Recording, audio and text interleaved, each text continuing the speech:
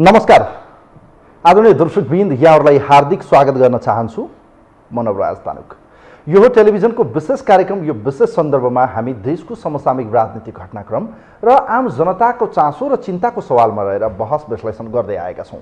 विशेषतः यतिखेर राजनीतिक दलहरू बीचको कटाक्ष आरोप प्रत्यारोप हामी देखिरहेका छौँ। यो देशमा संघीयता आयो, यो देशमा प्रदेश सरकार बने, यो देशमा गणतन्त्र लोकतन्त्र लिखित संविधान बन्यो, तर जनताको अवस्थामा परिवर्तन आएन।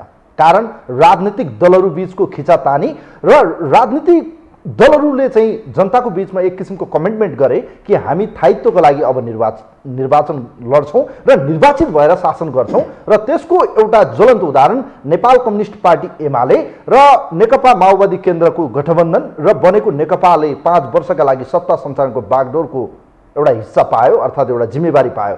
तर केपी शर्मा ओलीका कयौँ दूरदर्शी र अकर्मण्य नेताका कारणले गर्दा नेकपा एमाले भित्र किचलो, नेकपा पनि विभाजित भयो र त्यसपछि नेकपा एमाले पनि यतिखेर विभाजित भएको छ। र यो कार्यक्रम गरिरहँदा गोदावरीको विशेष हलमा चाहिँ यतिखेर नेकपा एमालेको विधान महाधिवेशन भइरहेको छ। यो विधान महाधिवेशनले अब ओलीलाई अझ शक्तिशाली बनाउने र उमेर हद 70 वर्षलाई चाहिँ कटअप गरेर त्योभन्दा माथि लग्ने जुन किसिमको निर्णय गर्ने परिस्थितिमा सांगठनिक राजनीतिक र चाहिँ विधान संशोधनका किसिमले अगाडि बढिरहँदा यसले पार्ने नेपाली राजनीतिमा प्रभाव र सँगै नयाँ जो चाहिँ एमाले भित्र विद्रोह गर्दै क्रान्तिकारी शक्तिको रूपमा यो देशमा हामी जनताको बहुदलीय जनवाद र अबको राजनीतिलाई समाजवादको यात्रामा लग्छौँ भन्नेहरू अब कसरी अगाडि बढ्नुहुन्छ। विशेष गरी माधव कुमार नेपाल, झलनाथ खनाल, वामदेव गौतम लगायतको जुन चाहिँ समूह छ, झन्डै एमालेबाट विद्रोह गरेका 55-60 जनाको जम्बो टोली, जसलाई उहाँहरूले चोइटेको भन्नुभएको छ, तर उहाँहरूले हामीले विद्रोह गरेको भन्नुभएको छ। आज विद्रोही मध्येका एकजना प्रभावशाली नेता कर्णाली प्रदेशमा त्यहाँको सरकारको विरुद्धमा जसरी गठबन्धन सुरु भएको थियो, एमाले चाहिँ अविश्वासको प्रस्ताव लिएको थियो, त्यसको फ्लोर क्रस गर्दै उहाँहरूले चाहिँ मुख्यमन्त्रीकै पक्षमा मतदान गर्नुभयो र मन्त्री पदबाट पनि उहाँहरूले राजीनामा दिनुपर्ने परिस्थितिसम्म पुग्नुभयो। नेकपा यसका अर्थात् नेकपा एकीकृत समाजवादी पार्टीका चाहिँ उपमहासचिव बडो माधव कुमार नेपालको विश्वासिलो पात्र प्रकाश ज्वाला आजको विशेष सङ्ख्यामा हामीसँग हुनुहुन्छ। उहाँलाई म वेलकम गर्न चाहन्छु। नमस्ते, यहाँलाई स्वागत छ मान्यज्यू। धन्यवाद नवराजी। अब यो राजनीतिमा उतार चढाव भइरहँदो रहेछ। पछिल्लो समय तपाईँहरूले पार्टीभित्र विद्रोह गर्नुभयो, तर जनताको जनप्रतिनिधिबाट हात धुनुपर्ने परिस्थिति आयो। यो राजनीति दुईटा घटनाक्रमले तपाईँको जीवनमा जनताले तपाईँहरूलाई तपाईँहरूको प्रतिनिधिको रूपमा पठाउनु भयो, नेकपा एमालेमा विद्रोह गर्नुभयो, पार्टीले कारबाही गर्यो। अहिले तपाईँ न घरको न घाटको, यो शब्द प्रयोग गरेर त म क्षमा चाहँला। अहिलेको राजनीतिमा अब्स्ट्याकल भइरहँदा एकातिर तपाईँ उपमहासचिव हुनुभयो, पार्टीको एउटा जिम्मेवारीमा आउनुभयो, क्रान्तिकारी धारमा हिँड्नुभयो, तर जनताको बिचमा चाहिँ अब प्रतिनिधि रहनु भएन, अदालतमा मुद्दा विचारा दिन्छ। यो घटनाक्रमले आज प्रकाश ज्वाला कहाँनिर हुनुहुन्छ नेपाली राजनीतिमा?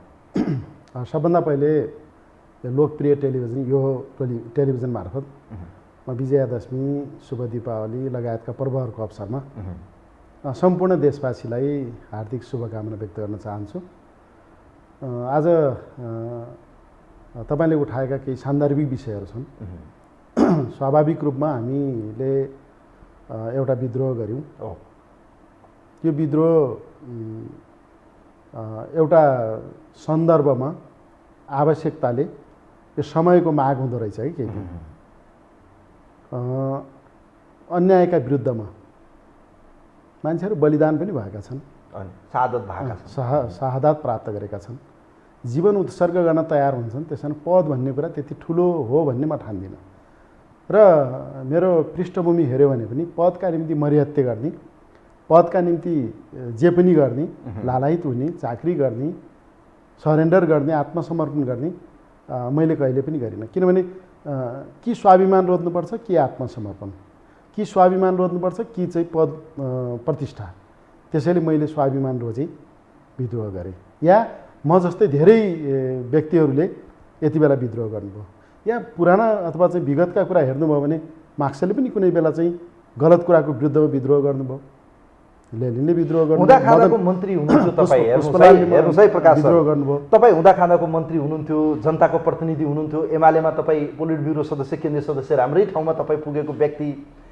आज माधव कुमार नेपालसँग लाग्दा आत्मग्लानी एज अ आफूलाई चाहिँ सेल्फ इभ्यालुएसन गर्ने हो भने खै कतै गल्ती गरे जस्तो लाग्छ? मलाई कुनै त्यस्तो लाग्दैन। मलाई गर्व अनुभूति भएको छ। म किनभने मैले भने नि, पदको निम्ति, प्रतिष्ठाको निम्ति, सुविधाको निम्ति र फाइदाको निम्ति मैले जीवनमा कहिल्यै पनि कुनै सम्झौता गरिनँ। मेरो जीवन सङ्घर्षपूर्ण छ र एउटा नाफाको जिन्दगी जस्तो विभिन्न जङ्चरहरूमा जिन्दगीका म चाहिँ यो धेरै दुर्घटनाहरूमा म चाहिँ बाँचेर आएको पनि छु। त्यसैले मलाई चाहिँ यो कुनै फाइदाको निम्ति केही गर्नुपर्छ जस्तो लाग्दैन। मलाई यस्तैमा रमाउन, सङ्घर्षमा रमाउन हैन मन लाग्छ। त्यसैले मन्त्री गयो वा सुविधा गयो भन्ने कुरामा त मलाई त्यो त पूर्व निर्धारित नै थियो नि। मन्त्री जान्छ, सांसद जान्छ, त्यसका निम्ति पनि तयार छौँ भनेरै हामी लागेका हौँ। तर तपाईँले अघि भनेको एउटा चाहिँ संवेदनशील विषय के हो भने जहाँका जनताले निर्वाचित गरेर पठाए ती जनताले चाहिँ प्रश्न उठाउँछन् कि हामीले चुनेको प्रतिनिधि अहिले चाहिँ सांसद नहुँदाखेरि तर त्यहाँका जनतालाई त्यस्तो कुनै अनुभूति हुन दिएको छैन। कर्तव्यबोधबाट अलिकति होइन, एउटा कुरा जनतालाई विकास निर्माणको आवश्यकता हुन्छ, सेवा सहयोगको आवश्यकता हुन्छ, जनताको बिचमा पुग्नुपर्छ आफ्नो प्रतिनिधि भन्ने छ। र म चाहिँ मन्त्री हुँदा पनि नहुँदा पनि, सांसद हुँदा पनि नहुँदा पनि विकास निर्माणका कुरामा, जनताको बिचमा पुग्ने कुरामा, जनताका सहयोगमा हर क्षण 24 घण्टामा लागिरहेकै छु। त्यसले यो सांसद छैन कि भन्ने मेरा मतदातालाई अथवा त्यहाँका जनतालाई अनुभूति नै छैन। एमाले भित्र अनुभूति नै हो या एक किसिमको लडाईँ, एक किसिमको किता विभाजन जुन अन्तरसङ्घर्ष देखियो, म यसरी भन्छु, त्यो अन्तरसङ्घर्षमा माधव कुमार नेपाल पक्षधरमा तपाईँहरू किता विभाजित भएर उभिरहँदा तपाईँहरूसँगै जोडिएका अन्य व्यक्तिहरू एमालेमा फर्किनुभयो, तपाईँ त्यही रोकिनुभयो, अर्थात् माधव कुमार नेपालसँगै जानुभयो। तर ती मान्छे आज तपाईँकै प्रदेशको नेताको म कुरा गर्छु, इन्चार्ज युवराज गेवाली तपाईँले छोडेर निस्किनुभयो, उहाँहरू एमालेमा फर्किनुभयो। आज मञ्चमा हेर्नुहोस्, उहाँहरू खाँदा माला लगाएर बसिरहेको अवस्था देखिन्छ। तिनलाई हेर्नुहुन्न भने उहाँहरू त फर्किनुभयो नि त, एमालेमै हुनुहुन्छ उहाँहरू। होइन, एमालेमै लतारिएर जानु पर्थ्यो वा सरेन्डर गर्नु पर्थ्यो, आत्मसमर्पण गर्नु पर्थ्यो भने यति ठुलो लडाइँ, अन्तरसङ्घर्ष, विद्रोह गर्नै पर्दैन थियो। एमाले हामीले नै बनाएको हो, एमालेको स्वत्व हामीसँग छ, तर फुटाउनु एमालेको पेटेन्ट राइट पनि छ। तर एमाले त्यो हिजोको एमाले रहेन। एमालेको सार समाप्त पारियो। त्यसको जुन मूल विचार हो, त्यसको चाहिँ कार्यदिशा हो, त्यसको कार्यक्रम हो, त्यसको विधि विधान हो, ती सबै कुरालाई छेद विच्छेद बनाइयो। एमाले भनेको ब्रान्ड हो। आज जनताको बौद्धले जनवादको उहाँहरू यति ठुलो होर्डिङ बोर्ड, ठुला ठुला अक्षरमा होर्डिङ बोर्डले गोदावरीको होर्डिङ बोर्ड देखाएर हेर्नुहोस्, सभा हलमा हेर्नुहोस्, होर्डिङ बोर्ड देखाएर जनताले पत्याउँदैन। होर्डिङ बोर्ड त जुनसुकैले राखे पनि हुन्छ, एउटा कुनै विज्ञापनको पनि होर्डिङ बोर्ड ठुलै हुन्छ। तर विज्ञापनले राजनीति हुँदैन, विचारले राजनीति हुन्छ। होर्डिङ बोर्डले चाहिँ पार्टी चल्दैन, पार्टी विधि विधान पद्धति विचार सिद्धान्तले चल्छ। त्यस कारण जसरी 9 राष्ट्रिय महाधिवेशनमा हामीले केही महत्त्वपूर्ण निष्कर्ष निकालेका थियौँ र कतिपय कमजोरी त होला, तर तुलनात्मक रूपमा चाहिँ असाध्य राम्रा चाहिँ विचारहरू, नीतिहरू, कार्यक्रमहरू, विधान हामीले पारित गऱ्यौँ। अनि त्यो एउटै बैठकले, त्यो पनि गुटको बैठकले फागुन 23 गते एमाले बिउतायो अदालतले। त्यो पोलिटिकल्ली बिउतिएको पनि होइन, पोलिटिकल्ली त हामीले धेरै अगाडि बढिसक्यौँ। त्यो लिगली एउटा केही अब्जेक्सन या भनौँ उहाँले नामको सवालमा चाहिँ 2075 जेठ 3 गते एमाले विघटन गरिएको हो, अथवा चाहिँ माओवादी केन्द्र पनि विघटन। नेकपा बनायौँ हामी त, कुनै बेला नेकपा थियो, त्यसपछि नेकपा माले बनायौँ, एमाले बनायौँ, नेकपा भयौँ। त अगाडि बढ्यो। इतिहासको पाङ्रो पछाडि जाँदैन कि अगाडि बढ्छ। अब अदालतले फेरि तिमीहरू चाहिँ एमाले र माओवादी हो भनिदिएको आधारमा हामीले पनि गल्ती गऱ्यौँ। वास्तवमा नेकपै अगाडि बढाए पनि हुन्थ्यो। त्यसैले एमाले बनाइसकेपछि पनि एउटा अप्सन के थियो, एउटा ठाउँ स्पेस के थियो त भन्दाखेरि फेरि एमालेलाई एकताबद्ध बनाएर लैजाने अवसर चाहिँ थियो। त्यो अवसर केपी ओलीले कहिल्यै पनि मतलब गर्नु भएन। बरु 23 गते चाहिँ अदालतको फैसला भयो। हतारमा 28 गते एउटा गुटको बैठक बोलाइयो बालुवाटारमा। हामी पनि उनीहरूलाई चाहिँ भर्ती गरियो जो चाहिँ केन्द्रीय कमिटीमै थिएनन्। अनि हामी केन्द्रीय कमिटीका मान्छेहरूलाई थाहै भएन। त्यो गुटको बैठकले त्यो कुनै अथोरिटी, उसको कुनै अधिकार थिएन कि 9 राष्ट्रिय महाधिवेशनले पारित गरेका, किनकि अदालतले के भनेको थियो भने मान्ने नै हो भने त जेठ 2 मा फर्किनु पर्थ्यो होइन, फागुन 23 पछि जान त पाइँदैन थियो नि। अनि फागुन 28 गतेको निर्णयले 9 राष्ट्रिय महाधिवेशनका निष्कर्षहरूलाई उतै ध्वस्त बनाइयो। त्यति बेला चाहिँ महाधिवेशनले चुनेको केन्द्रीय कमिटी विघटन गरियो। विधान संशोधन तपाईँलाई लाग्ने गरेको आरोप चाहिँ के छ खास गरी माधव कुमार नेपाल पक्षधरलाई? अब यसको बढी जवाब त अझ माधव कुमार नेपालले नै दिनु होला। तपाईहरु त उहाँहरूको विश्वासिलो पात्र, अहिलेको नेकपा एकीकृत समाजवादीको तपाईँ उपमहासचिव पनि हुनुहुन्छ। जस्तो तपाईँहरूलाई अन्तिम आवरसम्म पनि अध्यक्ष बन्नुस् न त, दोस्रो अध्यक्ष बन्नुस् न, किन पार्टी फुटाउनुहुन्छ, किन पार्टीमा चाहिँ यसरी चिरा पार्नुहुन्छ, मिलेर जाउँ, म जेठ 2 मा फर्किन तयार छु भनेर एउटा कार्यदल बनाइयो जसको संयोजक तपाईँहरूकै तर्फबाट भीम रावल हुनुहुन्थ्यो। उहाँहरूले एउटा लिखित दस्तावेज तयार पार्नुभयो, 10 बुँदे एउटा प्रतिवेदन बन्यो। त्यो कार्यान्वयनको सवालमा उहाँहरू अहिले पनि त्यही हुनुहुन्छ, अन्तरसङ्घर्षमै हुनुहुन्छ, रात दिन कराइरहनु भएको छ, कार्यान्वयन गरिदिनुहोस् भनेर उहाँहरू त्यो नाराबाजीमै हुनुहुन्छ। तर तपाईँहरूले अन्तिम आवरमा आएर हुन्छ गर्छौँ लास्ट आवरमा आएर तपाईँहरूले पार्टी नै चोइटाइदिनु भयो, फुटाइदिनु भयो भन्ने आरोप छ। मैले भने त्यही हो, पार्टी विभाजन कहिले भयो त भन्दाखेरि फागुन 28 गते केपी ओलीले गर्नुभयो। त्यसपछि एउटा जुन महत्त्वपूर्ण प्रसङ्ग ल्याउनु भयो तपाईँले कि त्यसपछि एकताका निकै प्रयत्नहरू भए, अन्तिम आवरमा अध्यक्ष दिन पनि तयार भयो अरे नि त, कार्यदल पनि बन्यो, वार्ता पनि भयो। माधव नेपालले पनि त कार्यदलमा प्रतिनिधि पठाउनु भयो होइन, एकताका निम्ति तयारै हुनुभयो। त धेरै ऊ चाहिँ उदाहरण खोज्न पर्दैन। केपी ओलीले उता वार्ताको नाटक गर्ने, उता कार्यदलको चाहिँ नाटक गर्ने, यतापट्टि चाहिँ आफ्नो गुटका चाहिँ सम्पूर्ण काम चाहिँ अगाडि बढाइरहने, सदस्यता वितरणका काम, पार्टीका केन्द्रीय कमिटीको बैठक बसिरहने, थाई कमिटी बसिरहने, निर्णय गरिरहने, अनि त्यसपछि अर्को पक्षलाई चाहिँ एक किसिमले चाहिँ धकेल्दै जाने, किनारा पुर्याउने यो क्रम पनि चल्यो। अर्कोतिर अत्यन्त तल्लो स्तरमा झरेर देशद्रोही भन्नुहोस् अथवा गद्दार भन्नुहोस् अनेकौँ लान्छना लगाइरहने, त्यो भनेको त कुनै हालतमा चाहिँ एकता हुँदैन भनेको हो नि। त्यो नाटक गरियो, केही मान्छे तान्नु थियो, उहाँले केही साथीहरू तानिनु भयो होइन, के अब के हो उहाँहरू तानिने मलाई एउटा कुरा यहाँ टु बी अनेस्ट सर, मलाई एउटा टु बी अनेस्ट जनताले बुझ्ने गरेर एउटा कुरा भन्नुहोस् तपाईँले, यति मात्रै सक्छु मैले। जस्तो चाहिँ तपाईँको अघि भन्नुभयो नि, युवराज गेवालीहरू जानुभयो अथवा चाहिँ त्यो वार्तावालाहरू जानुभयो, उहाँहरूले जुन चाहिँ 10 बुँदे भन्नुभयो, 10 बुँदे कुनै अर्थपूर्ण नै छैन। त्यो चाहिँ एकताको निम्ति त्यो बनेको डकुमेन्ट नै होइन। त्यो उहाँहरू चाहिँ त्यहाँभित्र छिर्ने एउटा चाहिँ बाटो मात्रै बनाइएको एउटा व्हाइट पेपर हो होइन। त्यसका ज्वलन्त उदाहरण अस्तिको केन्द्रीय कमिटीको बैठकको हालत, 10 बुँदे कार्यान्वयन हुनु पऱ्यो भनेर उहाँ चिच्याउनु भयो होइन, भीमरावलजीहरू, घनश्यामजीहरू। अनि उहाँले भन्नुभयो यो च्याप्टर क्लोज भयो, अब यो चाहिँ छलफल हुँदैन, यो एजेन्डा बन्दैन। जेठ 2 मा माधव कुमार नेपाल बिना फर्किन सकिन भनिसक्नु। अनि तपाईँले भने जस्तो अध्यक्ष 2 अध्यक्ष त्यो पनि प्रचारको विषय मात्रै हो। पावर सेयरिङको कुरामा युनिटी गरिदियो भने जेठ 2 मा फर्क्यौँ जस्ताको तस्तै हामीले भनेको। त्यस्तै गरी चाहिँ त्यति बेला गरेका कारबाहीहरू फिर्ता गरौँ होइन, पावर सेयरिङ गरौँ, विन विन पोजिसनमा चाहिँ एकता गरौँ भनेको अहिले हालत तपाईँले देख्नु भएको छ। कसैका इन्चार्ज खोसिएका छन्, अब यही विधान महाधिवेशनमा उहाँहरू चाहिँ अध्यक्ष मण्डलमा भएन, कोही पनि किनाराका साँची हुनुहुन्छ। त्यो यो अपमान सहेर चाहिँ हामी त पोलिटिक्स गर्ने हो स्वाभिमानका साथ, गर्वका साथ होइन। कहिले पार्टी सानो हुन्छ, कहिले ठुलो हुन्छ। अन्यायका विरुद्धमा उभिँदाखेरि, न्यायको पक्षमा उभिँदाखेरि आवाज उठाउँदा एक्लै पनि परिन्छ, तर लतारिनु, अपमानित हुनु, सरेन्डर गर्नु, टाङमुनि छिर्नु र 10 साङ्गठनिक रूपमा नैतिक रूपमा एउटा आज प्रश्न गर्ने हो भने इमान पनि चाहिन्छ र क्या राजनीतिमा इक पनि चाहिन्छ। अहिले हेर्ने हो भने प्रकाश ज्वाला लगायतको ठुलो समूह, माधव कुमार नेपाल, तपाईँहरूको सांसद पद पनि गयो, भनौँ न मन्त्री पद गयो। आज यी 10 जनाहरूको त्यहाँ रुवाबासी भन्दा इमानका लागि, निष्ठाका लागि, नीतिका लागि, सिद्धान्तका लागि आज हामीले जे गर्यौँ, एमाले भन्ने गरेको, केपी ओलीले भन्ने गरेको, यी भनेका गद्दार हुन्, यी भनेका भनौँ न बेइमान हुन्, फटाउ हुन्, देशद्रोही हुन्, यी जनतालाई धोका दिने धोकेबाजहरू हुन्, यिनलाई चाहिँ पत्ता साफ गर्नुपर्छ भनेर नाराबाजी सहित संसद पनि अवरोध भएको यहाँले इतिहास थाहा होला, अहिले वर्षमा देखिरहनु भएको छ। यस्तो परिस्थितिमा तपाईँहरू अहिले निष्ठाका लागि लडिरहनु भएको छ, तर उहाँहरू आज हिस्साका लागि लडिरहनु भएको छ।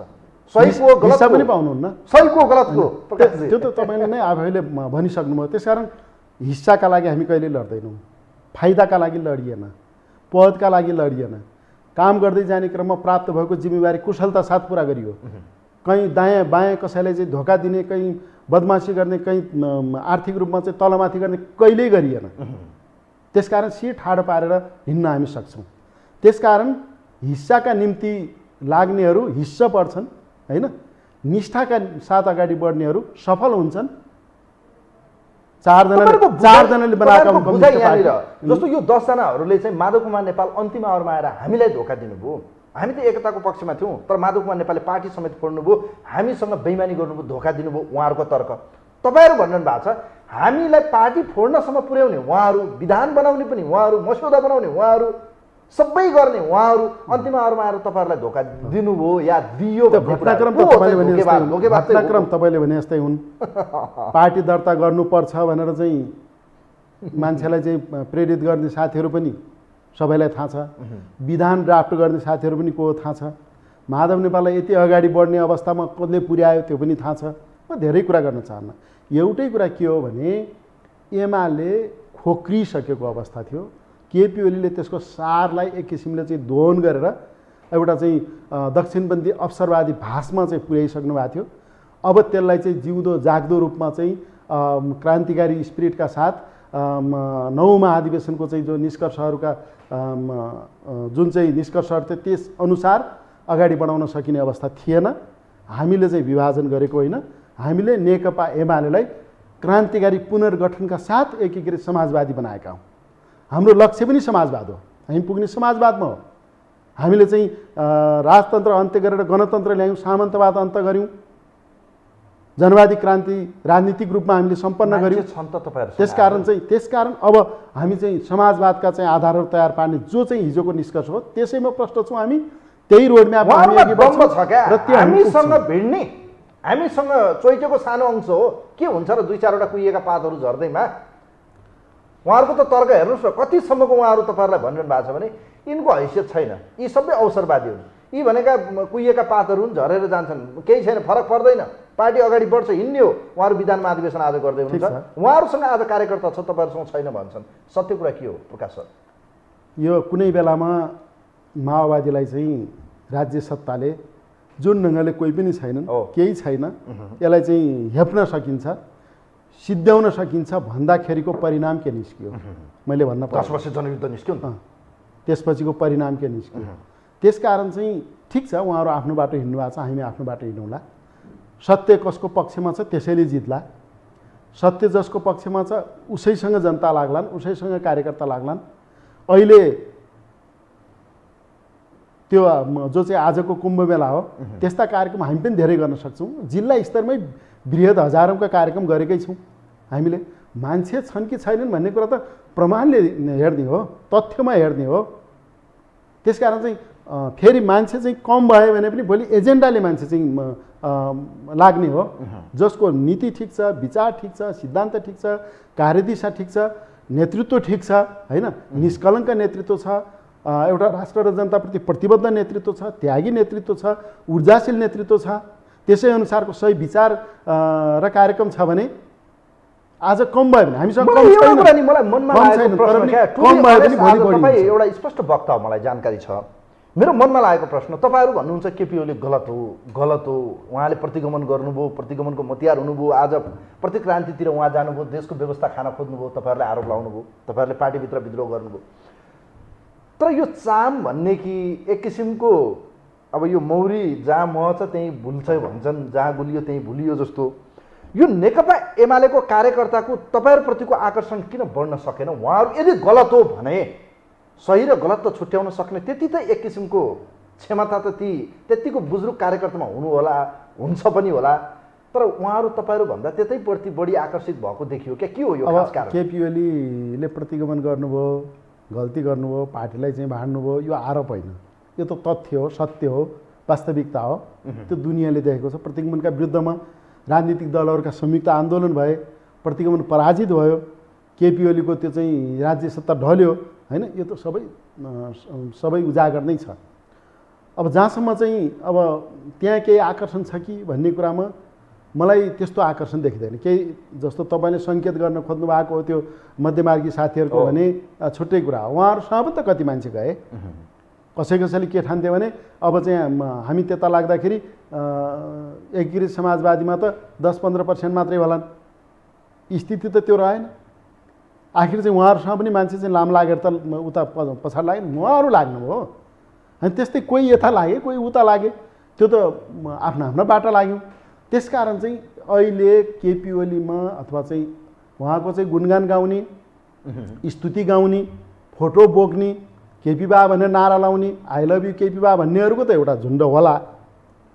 तर सही क्रान्तिकारी, त्याग गरेका मान्छेहरू, योगदान गरेका मान्छेहरू, आधारभूत वर्गका मान्छेहरू, अझ अत्यन्त ठुलो युवा पङ्क्ति उहाँसँग छैन। र यति बेला चाहिँ उहाँको पछाडि लाग्ने पार्टीभित्र पनि चाहिँ उहाँ कमजोर हुनुहुन्छ यसै पनि। र देशव्यापी रूपमा हेऱ्यो भने पनि उहाँको साथी को छ राजनीतिक रूपमा, उहाँको सहकार्य गरेर जाने को छ? उहाँसँग त जनता छ भन्छन् नि त उहाँले। चुनावमा जाउँ त चुनावमा देखाइदिन्छ। त्यही त, चुनावमा त जानु नै छ त, चुनावमा जानु नै छ, चुनावमा जाउँला होइन। अस्ति भर्खरै चाहिँ राष्ट्रिय सभाको चुनाव यो बागमती प्रदेशमा भएकै हो। विभिन्न ठाउँमा विभिन्न चुनावहरू भइरहेकै छन् होइन। अब चाहिँ प्रतिनिधि सभाको, प्रदेश सभाको, स्थानीय तहको चुनाव हुँदैछ। यही बिचमा पनि प्रतिनिधि सभाका, राष्ट्रिय सभाका, प्रदेश सभाका धेरै मान्छेहरू त शनाखत गर्नुभयो त। अनि अहिले चाहिँ केन्द्रीय सत्ता, प्रदेशका कुनै पनि सत्ताबाट च्युत हुनुपर्ने अवस्था त आयो त। 1 र चाहिँ 3 बागमतीमा चाहिँ जाँदैछ, त्यो सत्ता पनि जानेवाला छ। स्थानीय तहका हजारौँ प्रतिनिधिहरूले चाहिँ एकीकृत समाजवादीमा शनाखत त गरे त। त्यसकारण यो जम्मै कुरा त तथ्यले बोल्छ त। त्यसकारण हामी निराश छैनौँ। हामी कमजोरै हुँदा पनि हामी भोलि बलियो हुन्छौँ भन्ने थियो, तर हामी अहिले नै बलियो अवस्थामा छौँ। अहिले जो चाहिँ अलिकति क्षति भएको छ, खोटिएको छ, त्यसलाई हामी सम्झाउँछौँ। नदीले आफ्नो चाहिँ सतहमा पुगे जस्तै होइन। हामी चाहिँ फेरि हाम्रो पार्टीलाई हिजोको एमालेको लगाउने एउटा ट्याग, प्रकाश ज्वालाज्यू तपाईँहरूलाई लगाउने एउटा ट्याग भने तपाईँहरू अवसरवादी हो, अवसरका लागि, पदका लागि, मन्त्री हुनका निम्ति आज पद नपाएको तपाईँहरूलाई त खिसीटेउरीसम्म के समेत गर्नुभयो भने 7-7 जना उपाध्यक्ष, कतिजना यो तपाईँको 5-6 जना सम्भवतः लाग्छ उपमहासचिव, यसरी खिसीटेउरी तपाईँहरू पद नपाएकोहरू हो, पदका लोभीहरू हो, सबै अवसरवादीहरू। यो तर्क कसरी काट्नुहुन्छ? अब पद त्यागेको उदाहरणै छ त।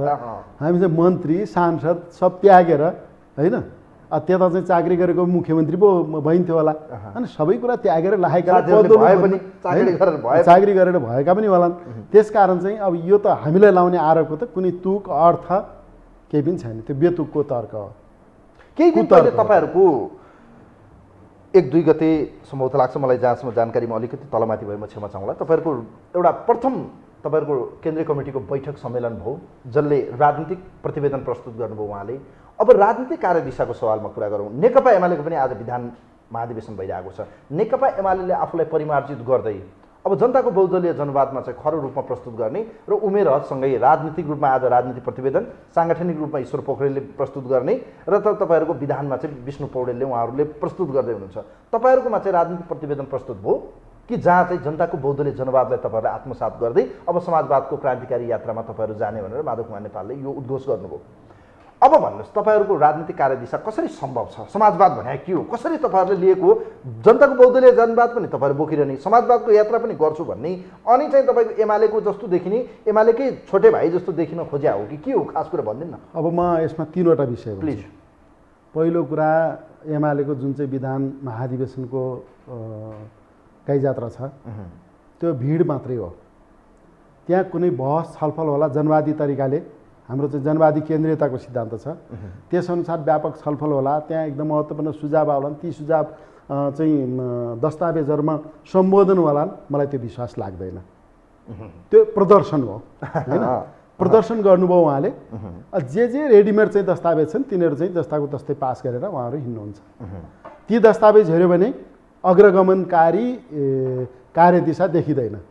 विधानकै कुरा गर्नुहुन्छ भने एमाले 70 वर्ष उमेर हद गरे, उहाँहरू त्यो फुकाउँदै हुनुहुन्छ भन्ने सुन्छु म। त्यस हिसाबले हेऱ्यो भने प्रतिगमनतिरै, पछाडितिरै, पश्चगमनतिरै उहाँहरू जानुहुन्छ। उहाँहरूको बाटो दक्षिणपन्थी अवसरवाद र अल्टिमेटली विसर्जनवाद नै हो। यसमा नोटिसमा कसैले पनि राख्दा हुन्छ, भविष्यमा त्यो कुरा पुष्टि हुनेछ। दोस्रो कुरा भनेको हामीले नेपालको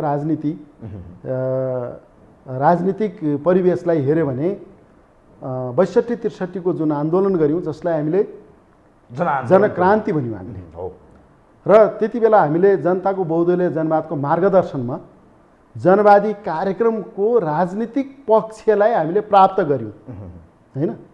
हाम्रो चाहिँ उद्देश्य के थियो भने सामन्तवादको अन्त्य गर्ने, त्यसको चाहिँ नायिकेको रूपमा रहेको अथवा त्यसको हेडक्वार्टरको रूपमा रहेको राजतन्त्रको अन्त्य गर्ने, राजतन्त्रको अन्त्य गरेर लोकतान्त्रिक गणतन्त्र स्थापना गर्ने। गणतन्त्र पनि हामीले प्राप्त गऱ्यौँ, राजनीतिक रूपमा हामीले प्राप्त गर्नुपर्ने गणतन्त्र प्राप्त गऱ्यौँ, सङ्घीयता प्राप्त गऱ्यौँ, समावेशिता प्राप्त गऱ्यौँ, समानुपातिकता, धर्मनिरपेक्षता, यिनै महत्त्वपूर्ण पक्ष हुन्। जनताको बहुदलीय जनवादले चाहिँ निर्धारण गरेका विषयहरू पनि यिनी हुन्।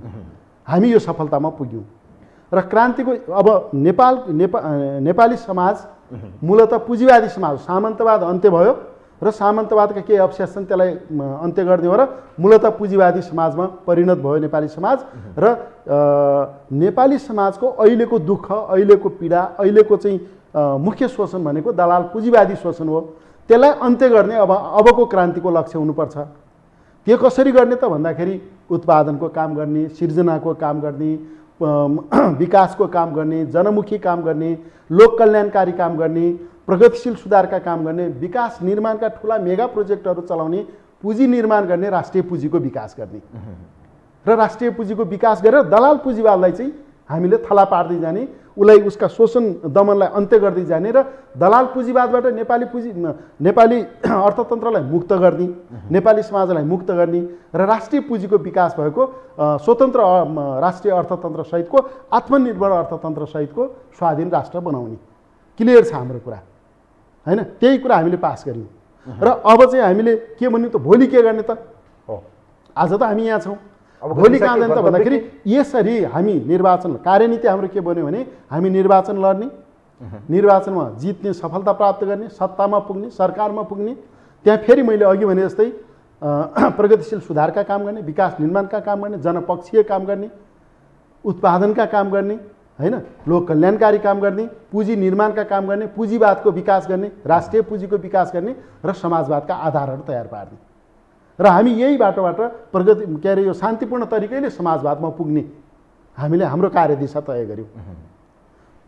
अब नेकपा बन्यो, नेकपा एमाले र नेकपा माओवादी केन्द्र मिलेर नेकपा बन्यो, 2/3 बहुमत ल्यायौँ। योभन्दा ठुलो सफलता कहिले प्राप्त हुन्छ? हो, त्यति बेला मैले अघि भनेका जस्ता काम गर्नु पर्थ्यो कि पर्दैन थियो? प्रगतिशील सुधारका काम, विकास निर्माणका काम, जनपक्षीय काम, लोक कल्याणकारी काम, उत्पादनलाई बढाउने काम, पुँजी निर्माणका काम हैन, अनि राष्ट्रिय पुँजीको विकास गर्ने, दलाल पुँजीवादलाई कमजोर बनाउने काम केपी ओलीको नेतृत्वमा जो चाहिँ कम्युनिस्ट पार्टीको 2/3 सरकार हो त्यसले गर्नु पर्थ्यो, त्यो गरेन। त्यो चाहिँ 2/3 खेर गयो। खेर मात्रै गरेन, केपी ओलीले त्यो 2/3लाई समाप्त पारिदिनु भयो। 2/3 प्राप्त भएको छ। त्यसको प्रधानमन्त्री आफै हुनुहुन्छ, 5 वर्ष अकण्टक प्रधानमन्त्री हुन पाइएको छ। यो भन्दा चाहिँ धुन्धुकारी काम हैन, भस्मासुर काम अरू केही हुन्छ? हो, त्यसकारण त्यो यात्रालाई उहाँले अवरोध पुर्याउनु भयो, डिरेल गर्नुभयो हैन। अब यसरी अगाडि बढ्न सकिँदैन भन्ने निष्कर्षका साथ हामीले यो चाहिँ विद्रोह गऱ्यौँ र नेकपा एमालेको क्रान्तिकारी पुनर्गठनको रूपमा नेकपा एकीकृत समाजवादी बनायौँ। हामी क्लियर छौँ हाम्रो रोड म्यापमा। हामी चुनावी राजनीति हो, चुनाव लड्छौँ हामी हैन। चुनाव लड्दाखेरि हामी वाम लोकतान्त्रिक मोर्चा जहिले अहिलेको गठबन्धन पनि हामी बलियो बनाउँछौँ। हामी सत्तामा जान्छौँ, सरकारमा जान्छौँ, प्रदेशका विभिन्न सरकारमा हामी छौँ, अरू बाँकी प्रदेशमा पनि सरकारमा जान्छौँ। त्यहाँ गएर हामीले चाहिँ प्रगतिशील सुधारका जनपक्षीय कामहरू गर्दै राष्ट्रिय पुँजी निर्माणको काममा चाहिँ हामी लाग्छौँ। भोलिको चुनावमा पनि हामी चुनाव लड्छौँ।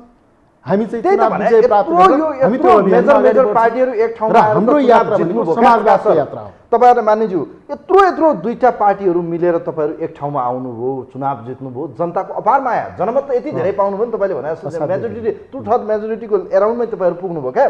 सरकार त 5 वर्ष कसले हल्लाउने, प्रदेशमा पनि केन्द्रमा पनि।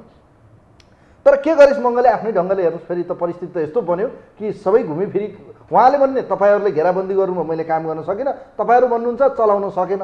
दोष त अब कसको, त्यो त जनताले मूल्याङ्कन गरेर। मलाई एउटा जान्न चाहेको विषय मैले खास गरी प्रकाश ज्वालाज्यू तपाईले बडो मजाले भनिरहनु भएको छ, यो पछिल्लो समय यत्रो जनमत, यत्रो जनताका बीचमा बाँडिएका सपना पुरा गर्न नदिने चाहिँ दोषी को हो त त्यसो भए ल भनिदिनुहोस् अब तपाईँहरूले केपी ओलीलाई भन्नुहुन्छ, उहाँहरूले तपाईँलाई भन्नुहुन्छ। यत्रो दुईटा पार्टी हुँदा त तपाईँहरूले आफूले बोलेका कुरा पुरा गर्न सक्नु भएन भने आगामी दिनमा तपाईँहरूलाई जनताले किन पत्याउने, भोट दिए पनि तपाईँहरूले गर्न सक्ने हैसियत के रहन्छ? मलाई जवाब दिनुहोस् त। अब यो यस्तो छ कि जस्तो चाहिँ कमजोरी त हाम्रा पनि होलान्, त्यो एकदम चाहिँ कमजोरी मुक्त कोही पनि हुँदैन। हामीले पनि कतिपय कुरामा चाहिँ ढङ्ग नपुर्याएका हुँला, तर सामान्य रूपमा हेर्दा पनि सामान्य मान्छेले पनि चाहिँ मूल्याङ्कन गर्ने कुरा के हो भने राज्य सत्ताको शिखरमा को छ, पार्टी सत्ताको शिखरमा को छ। शिखरमा भएको व्यक्ति निर्णायक हुन्छ कि भुइँमा भएको मान्छे निर्णायक हुन्छ। केपी ओली दुवै सत्ताको शिखरमा हुनुहुन्थ्यो।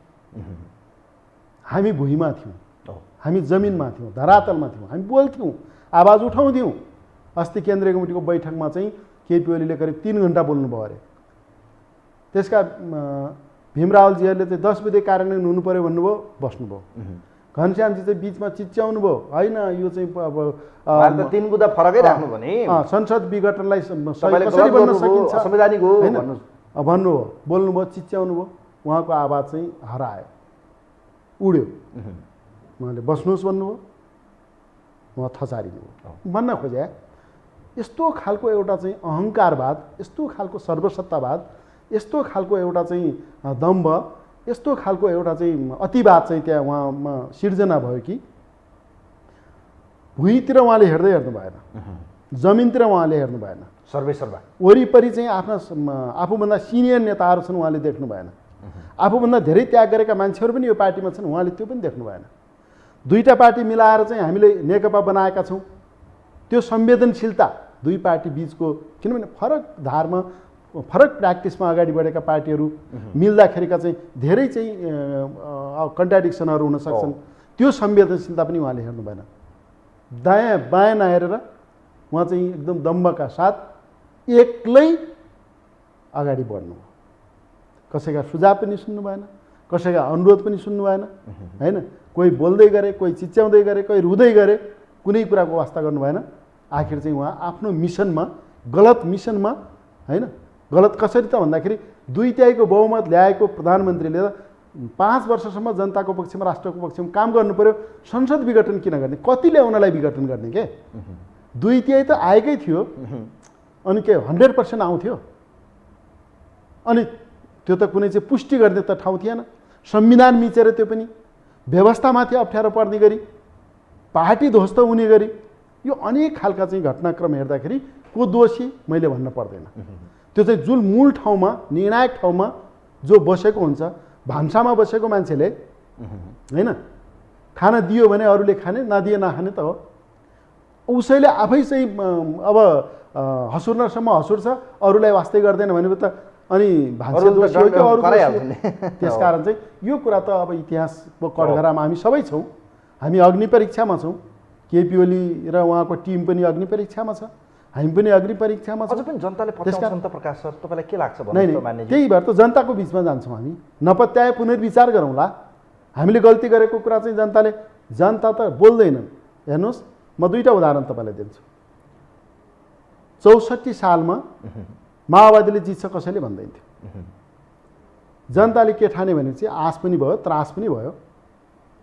त्यो ताप्लेजुङको भोटर र दार्चुलाको भोटरको त्यो के तार वार्ता त भएको थिएन होला, सरसल्लाह भएको थिएन होला, एक किसिमको लहर उभा, एउटै खालको भोट प्याटर्न देखियो। माओवादीलाई अहिले जिताउनुपर्छ, माओवादीलाई पनि विश्वास छैन म जित्छु भन्ने। अब एमाले त जित्ने दम्ब छँदै थियो, कांग्रेस पनि के कम होला भन्ने थियो सरकारमा, तर सर्लक्कै चाहिँ माओवादीले जित्यो।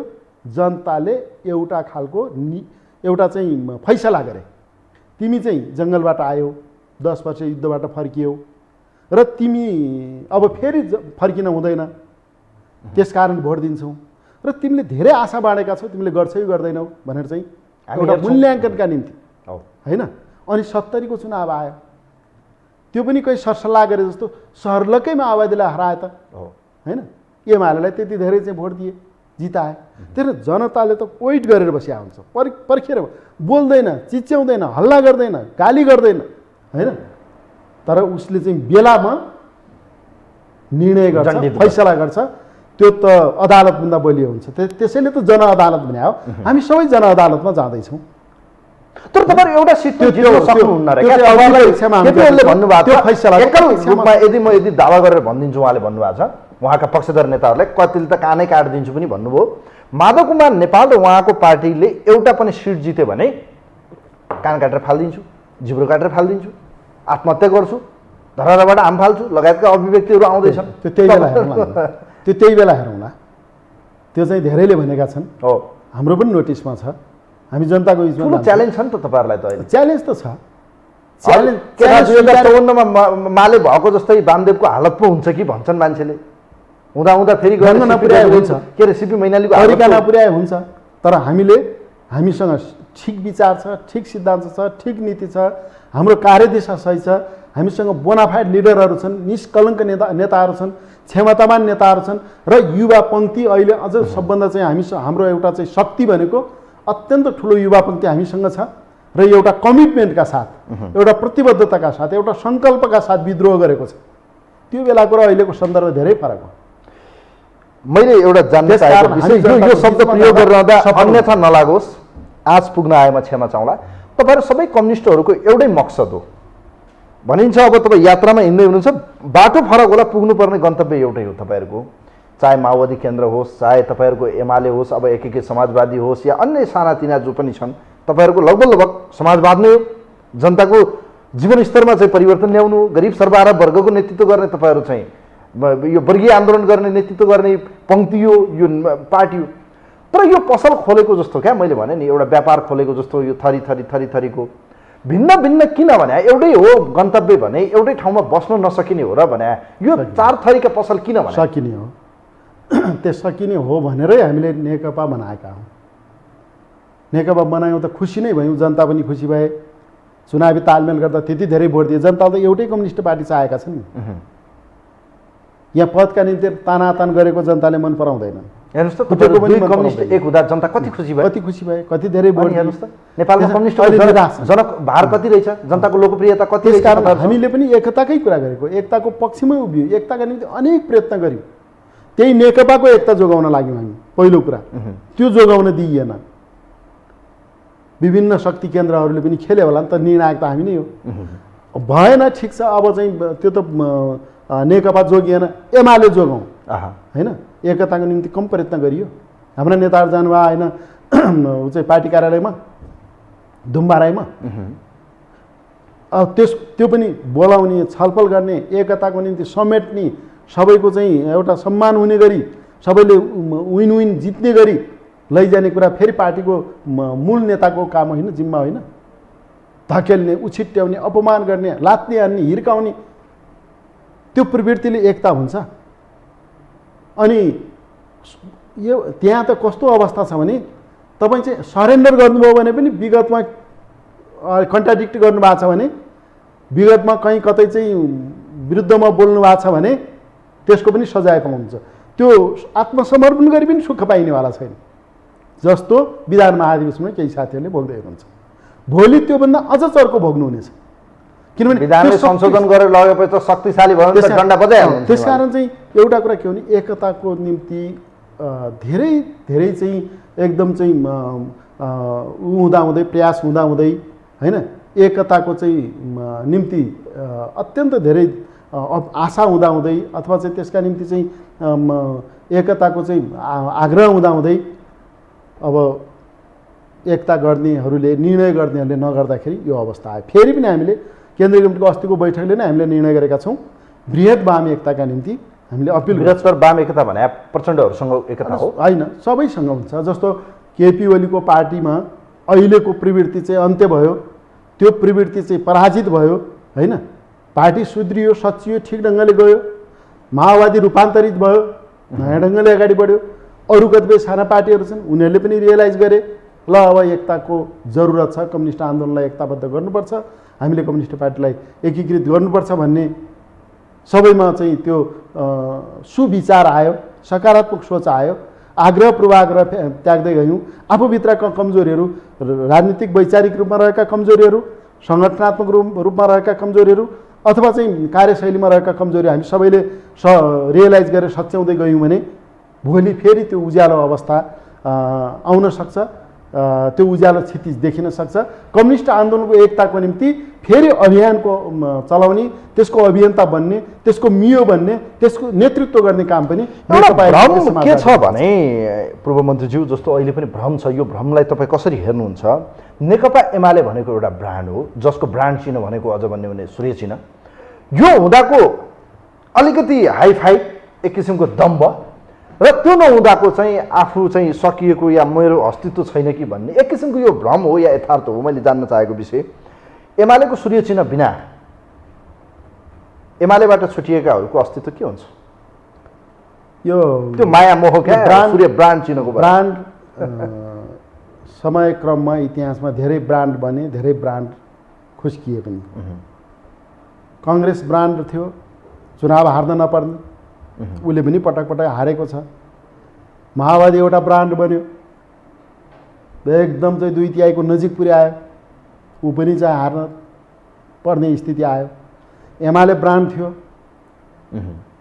सूर्य चिन्ह एउटा ब्रान्ड थियो, फेरि सूर्य चिन्हले मात्रै जित्या होइन, एमाले जित्या हो।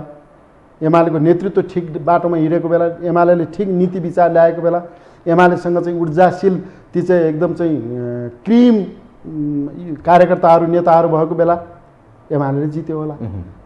जति बेला एमाले बोलियो भयो त्यति बेला जित्यो क्या, नत्र सूर्य देखाउने बित्तिकै जित्ने भए त सूर्य धेरै पटक हारेको छ त, बरु जितभन्दा हार नै धेरै छ काउन्ट गर्यो भने।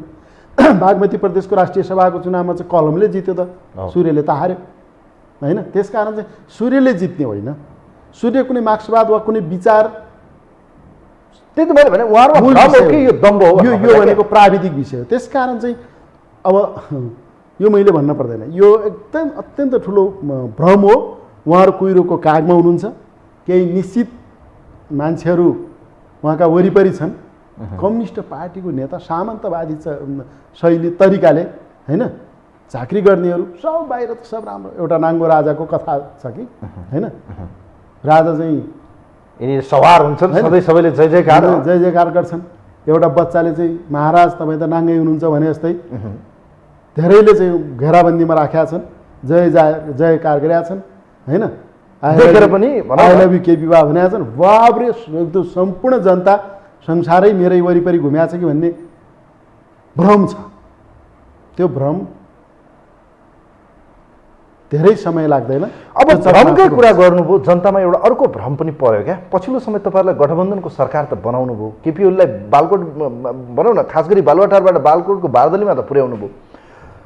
तर झन्डै आज तपाईँसँग संवाद गरेर 78 दिन बितेछ सरकार गठन भएको, शेरबहादुर देउवा प्रधानमन्त्री भएको, तपाईँहरू पनि सरकारको कोअलिसनको एउटा गभर्मेन्टको चाहिँ हिस्से बनेको, तपाईँ पार्टीको शक्तिशाली उपमहासचिव हुनुहुन्छ प्रकाशवालाजी।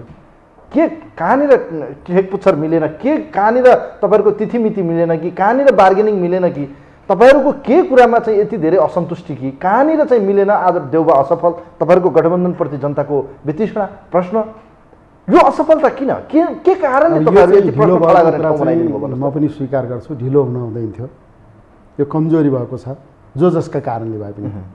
अब हामी पनि पार्टीको काममा अलि बढी व्यस्त भयौँ होला, या चाहिँ उपेन्द्र यादवजीहरूलाई पनि त्यस्तै खालको टेन्सन थियो, उहाँहरू पनि व्यवस्थित हुन टाइम लाग्यो होला, या चाहिँ कतिपय मन्त्रालय बाँडफाँडका कुरामा पनि चाहिँ छलफल हुन पाएको छैन होला। अब पछिल्लो समयमा हाम्रै पार्टीको अध्यक्ष पनि बिरामी हुनुहुन्छ होइन, अब उहाँको स्वास्थ्य लाभको पनि म कामना गर्छु, उहाँले पनि समय दिन सक्नु भएको छ। यी विविध कारणले ढिला चाहिँ भयो। अब त्यसमा हाम्रो निर्णायक भूमिका छैन, तर पनि हामीले पनि त्यसको चाहिँ सेयरिङ त लिनै पर्छ। छिटोभन्दा छिटो टुङ्गिनु पर्थ्यो, अब चाहिँ ढिलो गर्दा हुँदैन, सायद अब ढिलो हुँदैन। दसैँ तिहार लागे, बजारमा कालोबजारी महँगी छ, सरकारले पाएको छैन। सरकार छ, सरकार त्यसमा चाहिँ सक्रिय नै छ, पूर्णता नपाएको मात्र। तर केपी ओलीलाई भन्ने ठाउँ त दिनुभयो नि तपाईँहरूले। हो, त्यो चाहिँ भन्ने ठाउँ नदिने गरी काम गर्नु पर्छ। त्यसमा चाहिँ सरकार र कोलिसनका चाहिँ कोलिसन पार्टनरका रूपमा रहेका पोलिटिकल पार्टीहरू सिरियस हुनैपर्छ। अब आउँदो चुनावसम्म अब निकट भविष्यमै चुनाव छ, विशेष गरी यो सरकार गठबन्धनको कुरा पनि जोडिएर आएको छ। गठबन्धन अहिले एमसिसीको विषयलाई अगाडि सारेर तोड्ने काम हो, टुट्नु हुँदैन, जोड्नुपर्छ। गठबन्धन बिना एक्लै जान सक्ने यी दलहरूमा हैसियत छैन। एमाले एक्लै बाघ हो, बाघले त सबलाई खाइदिन्छ भन्ने भ्रम पो हो कि यथार्थ पो हो कि त्यो किसिमको उहाँहरूमा चाहिँ दम्ब छ। यो परिस्थितिबाट हेर्ने हो भने यो गठबन्धन कति टिक्छ? तपाईँहरूले अब यसलाई कसरी लग्ने प्लानिङमा हुनुहुन्छ? पार्टीको के छ? बेला बखतमा तपाईँको अध्यक्ष कमरेडले त भने हामी सुन्छौँ कि अब योलाई चाहिँ चुनाव पछि पनि यसलाई कन्टिन्युटी गर्नुपर्छसम्मको एउटा गठबन्धनभित्र सहमति खोजिएको जस्तो देखिन्छ। के हो तपाईँहरूको भविष्य? यो गठबन्धन टिक्छ, टिक्नुपर्छ र टिक्छ पनि। र हामीले प्रश्न भनेका छौँ, अस्तिको बैठकबाट, केन्द्रीय कमिटीको बैठकबाट हामीले प्रस्ताव पनि पारित गरेका छौँ। यो गठबन्धनलाई टिकाउनुपर्छ, बलियो बनाउनुपर्छ निर्वाचनसम्म, र त्यसपछि नयाँ सरकार बनाउने अवस्थासम्म पनि हामी एकताबद्ध भएर यो समीकरण, यो गठबन्धनलाई चाहिँ जोगाएर लैजानुपर्छ। यो गठबन्धनमा जस्तो अहिले देखिएका केही अन्तर्विरोधहरू जस्तो तपाईँको एमसिसीको विषयमा दोस्रो कुरा मात्रै भन्छ। दोस्रो कुरा के हो भने अब यसलाई तोड्नका निम्ति विभिन्न खालका प्रयत्नहरू, योजनाहरू, षड्यन्त्रहरू भइरहेकै छन्। त्यसैमा एमसिसी आएर जोडिएको छ। एमसिसी ले सेफ ल्यान्डिङ पाउँछ, एक ढङ्गले किनारा लाग्छ। तर के भने त्यसका कारणले गठबन्धन असर पर्दैन, गठबन्धन भत्किँदैन। एमसिसीको टुङ्गो त लाउनु पर्ला होइन, कसरी लाउने त्यो छलफल भइरहेकै छ। हामीले त हाम्रो धारणा तपाईँले असहयोग गर्नुभयो भने प्रधानमन्त्री सम्माननीय शेरबहादुर देउवाले ओली कहाँ पुग्ने ज्ञानेन्द्र कार्कीले लगातार गइरहेको यहाँले देखिरहनु भएको होला। बालकोटको भेटघाटले अलि बाक्लै देखिन्छ। यो परिस्थितिबाट यदि जाने हो भने भोलि गएर सत्ता समीकरणमा फेरबदल आउने र देश अर्ली इलेक्सन, अब राजनीतिक दलहरूमा एउटा संस्कार छ भन्ने म विश्वास गर्छु। हामीले एउटा खालको कमिटमेन्ट गरेका छौँ। प्रतिगमनका विरुद्धमा हामी सँगै लड्यौँ, प्रतिगमनलाई परास्त गऱ्यौँ। हामीले चाहिँ सरकार गठन गऱ्यौँ। त्यो सरकारले राम्रो काम गर्नुपर्छ। राम्रो काम गर्नका निम्ति सहकार्य जरुरी हुन्छ। बजेट कम्पेरिटिभली राम्रै आएको छ होइन। त्यसैले चाहिँ हामी के कुरामा हामी सहमति, सहकार्यमा विश्वास गर्छौँ, हामी शङ्का गर्दैनौँ। त्यसकारण हामीलाई त्यो कुनै शङ्का, भेटघाट कसका कहाँ हुन सक्छन्, तर हामीले जे कमिटमेन्ट गरेर, जे सहमति गरेर यो गठबन्धन निर्माण गऱ्यौँ। यो गठबन्धन बनाउन पनि लामो समय लाग्यो। यो जुन गठबन्धन तयार पार्यौँ, बनायौँ, सरकार केपी ओली बहिर्गमन हुनुभयो, त्यसपछि चाहिँ नयाँ सरकार बन्यो। यसलाई कन्टिन्युटी दिनुपर्छ र यो गठबन्धनलाई, यो समीकरणलाई निरन्तरता दिनुपर्छ, अझ बलियो बनाउनुपर्छ। यसलाई चाहिँ विश्वासको धरातलमा उभ्याउनुपर्छ। हामी यसमा प्रष्ट छौँ। हामी अरूलाई हैसियतमा हुनु है। त्यसो भए कुनै पनि दलहरू, गठबन्धनको दलहरू ओलीसँग यति धेरै डराउनु भएको छ भन्छन् नि उहाँहरूको। चुनाव त स्वाभाविक रूपमा हुन्छ नि। अब स्थानीय पपुलारिटीसँग तपाईँहरू डराउनु भएको हो। के पपुलारिटी, कति पपुलारिटी त्यो पनि भोलि प्रश्न होला होइन। सामाजिक सञ्जालमा मत सर्वेक्षणहरू गरिरहेको हामी देख्छौँ, हेर्नुहोस्। अब त्यो कति सत्य कति भ्रम हो त्यो पनि फेरि अब चाहिँ हामी अब त निर्वाचनको सिजन सुरु भइ नै हाल्यो नि।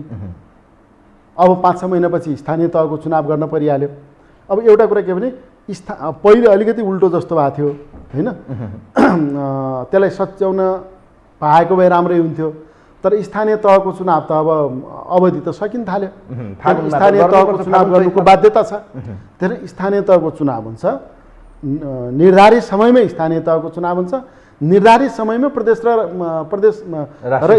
प्रतिनिधि सभाको चुनाव हुन्छ। यो चुनावबाट कोही भाग्नु पर्ने भएन, भाग्नु पर्दैन। किन डराउनु? हामी त चुनावी कार्यनीति लिएर हिँडेका पार्टी होइन। हामी डराउने कुरै छैन। हामी जनताको बिचमा जान्छौँ, चुनाव फेस गर्छौँ, हामी जितेर आउँछौँ भन्ने विश्वास छ हामीसँग। ठ्याक्कै जाँदा जाँदै जस्तो अहिले हेर्ने हो भने देशको राजनीतिमा जस्तो अहिले पनि संघीयताको सवालमा प्रश्न खडा भएका छन्। तपाईँ कर्णाली प्रदेशको एकजना शक्तिशाली नेता हुनुहुन्छ। आज संघीयताले जनतामा एक किसिमको विश्लेषण आयो। 2 नम्बर प्रदेशमा भ्रष्टाचारको विषय आयो, कैयौँ प्रदेशमा यस्ता विषयहरू सुनिन्छन्। यो देशमा धर्मनिरपेक्षताको सवालमा पनि प्रश्न उठिरहँदा यो देशमा के साँच्चीको व्यवस्था आज खतरामा परेको? अब व्यवस्थाप्रति, यो सिस्टमप्रति एकचोटि फेरि जस्तो प्रचण्डले भन्नु भएको छ, यो निर्वाचन प्रणालीमा हामी असन्तुष्टि छौँ, पूर्ण समानुपातिक जानुपर्छ। तपाईँहरू पनि भन्दै हुनुहुन्छ अब यो व्यवस्थामा यसरी चुनावमा जाँदा एक्लै कसरी लड्ने, कति पैसा ल्याउने, हिजो पनि प्रचण्ड भन्दै हुनुहुन्थ्यो। यो हेरिरहँदा अहिलेको व्यवस्थाप्रति समीक्षा गर्ने समय आएको हो। ठ्याक्कै यस्तो हो। अब कुनै पनि कुरालाई निरपेक्ष रूपमा हेर्न हुँदैन। कुनै चिज अजम्मरी पनि हुँदैन।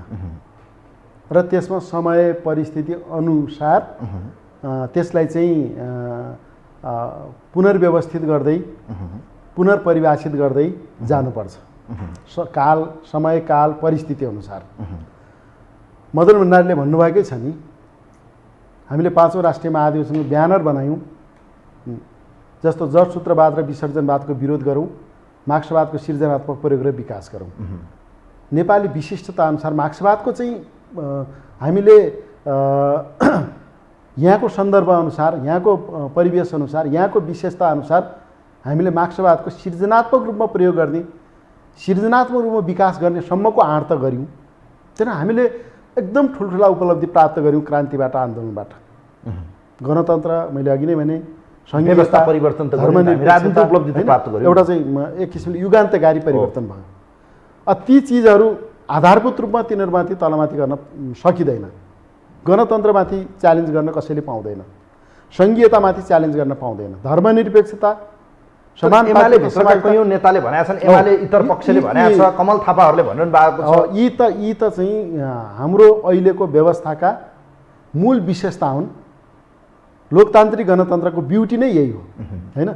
यसमा कसैले च्यालेन्ज गर्न सक्दैन, यिनलाई सुदृढ गर्नुपर्छ। बरु जस्तो सङ्घीयता पहिलो प्र्याक्टिस भयो, केही अप्ठ्याराहरू, केही असहजताहरू सङ्घीय सरकारबाट चाहिँ जुन ढङ्गले हामीलाई सहयोग भएन प्रदेशमा, ती तमाम कारणले गर्दाखेरि सङ्घीयता कार्यान्वयनमा चाहिँ केही अप्ठ्यारा भयो होलान्, तर सङ्घीयता असफल भयो भन्न कसैले सक्दैन। अहिले यो व्यवस्थाको विकल्प छैन, गणतन्त्रको विकल्प छैन।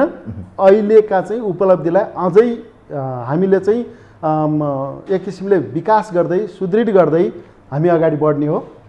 हस्, यहाँहरूको राजनीति भविष्य उज्जवल होस्, यहाँहरूको पार्टी नेकपा एकीकृत समाजवादीले लिएको एउटा राजनीतिक कार्यदिशा सफल होस्, हाम्रो शुभकामना छ। थ्याङ्क यू सो मच, समय दिनुभयो। धेरै धेरै धन्यवाद। हामी एउटा नयाँ अभियानमा, नयाँ यात्रामा, चुनौतीपूर्ण तर चाहिँ उज्यालो भविष्यको यात्रामा अगाडि बढेका छौँ। हामी जनतालाई विश्वास दिलाउँछौँ, हामी राष्ट्र जनता प्रति एकदम चाहिँ प्रतिबद्ध छौँ, हामी सफल हुन्छौँ।